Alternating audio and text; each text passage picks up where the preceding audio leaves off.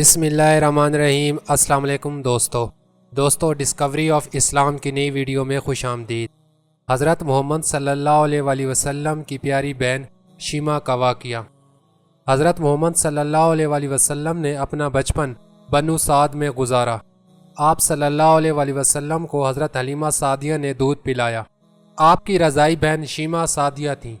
آپ صلی اللہ علیہ وسلم کی رضائی بہن شیما آپ کو اپنی گود میں اٹھاتی، آپ سے پیار کرتی، آپ کو جھولا جھلاتی، آپ کو لوریاں دیتی۔ اس لوری کا ترجمہ یوں ہے: اے ہمارے رب، محمد صلی اللہ علیہ وسلم کو زندگی عطا کر تاکہ میں انہیں نوجوانی کی حالت میں دیکھوں اور پھر میں قوم کے سردار کی حیثیت سے دیکھوں۔ اے ہمارے رب، ان کے تمام دشمنوں اور حاسدوں کو نامراد کر۔ اے اللہ، ان کو ایسی عزت عطا کر جو تا ابد باقی رہے۔ حضرت شیما کی یہ لوریاں اور یہ دعائیں قبول ہوئیں۔ اللہ تعالیٰ امام الانبیاء حضرت محمد صلی اللہ علیہ وسلم کو کائنات کا امام بنا کر ملبوس فرمایا۔ اللہ کے رسول حضرت محمد صلی اللہ علیہ وسلم نے بنو سعد میں فصیح عربی زبان سیکھی اور کم و بیش 4-5 سال کا عرصہ بنو سعد میں گزارنے کے بعد واپس مکہ مکرمہ اپنی والدہ کے پاس تشریف لائے۔ ساری عمر آپ کو اپنے بچپن، اپنے رضائی والدین، بہن بھائی اور ان کی محبت اور ان کا پیار نہیں بھولا۔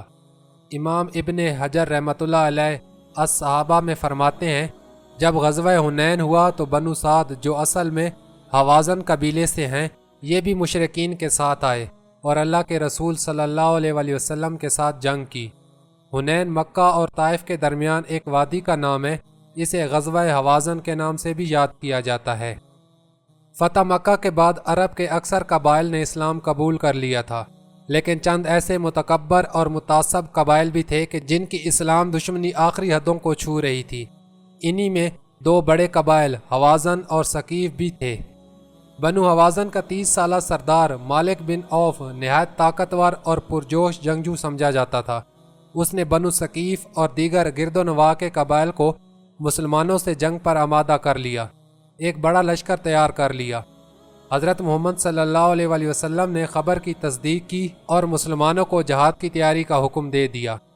10,000 صحابہ کرام آپ صلی اللہ علیہ وسلم کے ساتھ مدینہ سے آئے تھے، جبکہ 2,009 مسلم قریش مکہ بھی ساتھ ہو گئے۔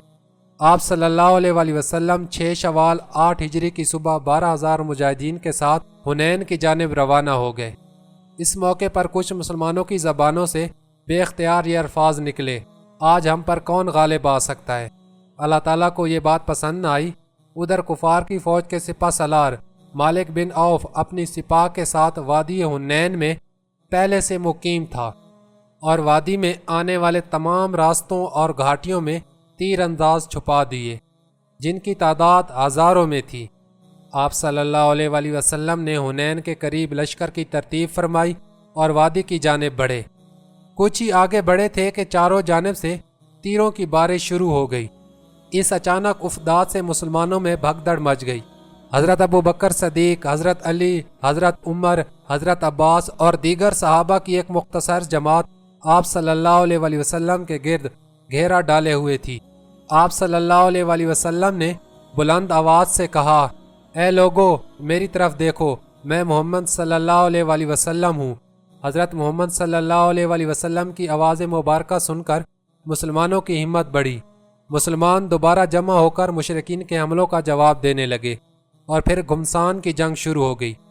رسول اکرم صلی اللہ علیہ وسلم نے ایک مٹھی مٹی اٹھا کر دشمن کی جانب پھینکی، جو اڑتی ہوئی دور دور تک مشرکین کی آنکھوں میں گھس گئی، یہاں تک کہ کچھ دیر بعد ہی دشمن پسپائی پر مجبور ہو گیا۔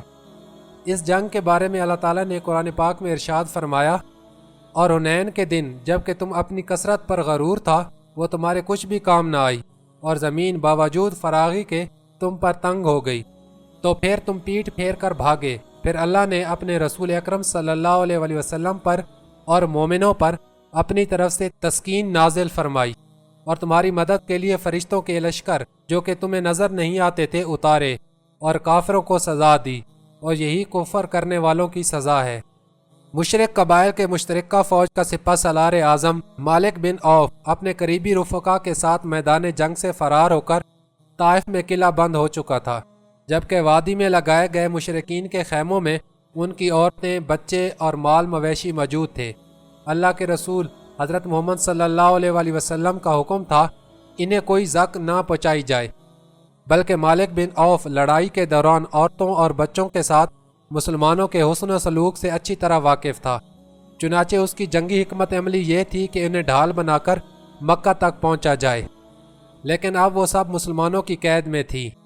بنو حوازن اور بنو ثقیف کے قبائل کی ان قیدی عورتوں میں ایک بوڑھی خاتون بھی تھی۔ مجاہدین کا ایک دستہ جب انہیں گرفتار کرنے پہنچا تو انہوں نے ایک ایسی بات کہی جسے سن کر وہ سب حیران رہ گئے اور ایک دوسرے کا منہ تکنے لگے۔ بوڑھی خاتون نے مجاہدین کے تجسس بھرے چہروں پر نظر ڈالی اور پورے اعتماد کے ساتھ اپنی بات دہرائی، میں تمہارے سپہ سالار اور اللہ کے نبی حضرت محمد صلی اللہ علیہ وآلہ وسلم کی بہن ہوں۔ مجاہدین کا یہ دستہ قریش کے 9 مسلم نوجوانوں اور مدینہ کے انصار پر مشتمل تھا۔ سب نے غیر یقینی انداز میں ایک دوسرے کو دیکھا۔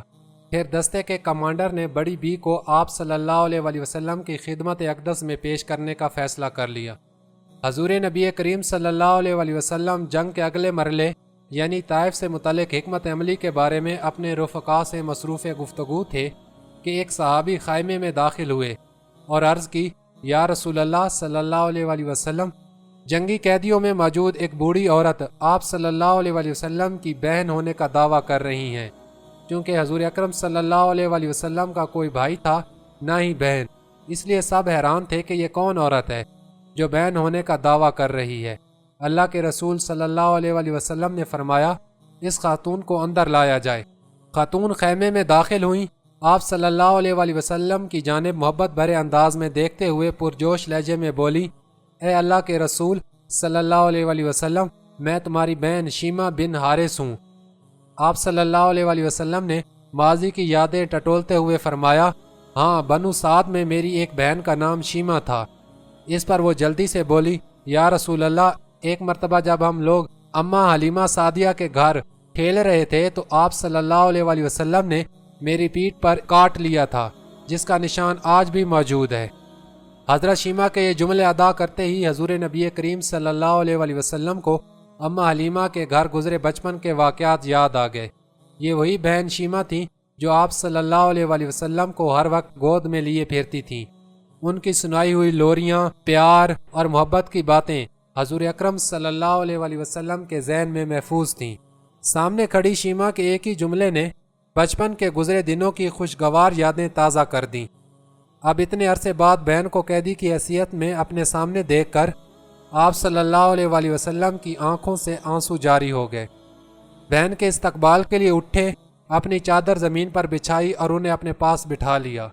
صحابہ کرام کے لیے بہن بھائی کی محبت کا یہ منظر نہایت حیران کن تھا۔ دونوں دیر تک بچپن کی یادیں تازہ کرتے رہے۔ پھر آپ صلی اللہ علیہ وآلہ وسلم نے بہت سا مال، چند اونٹ اور دیگر مویشی عنایت فرماتے ہوئے پیشکش کی کہ اگر تم میرے پاس رہنا چاہو تو نہایت سکون سے رہو، اگر اپنے قبیلے میں واپس جانا چاہو تو تمہیں اختیار ہے۔ انہوں نے خوش دلی سے اسلام قبول کیا اور واپس اپنے قبیلے میں چلی گئیں، جس پر انہیں نہایت عزت اور احترام کے ساتھ چند محافظوں کے ساتھ ان کے گھر روانہ کر دیا گیا۔ اللہ پاک ہمیں حضور اکرم صلی اللہ علیہ وآلہ وسلم کے نقش قدم پر چلنے کی توفیق عطا فرمائے، آمین ثم آمین۔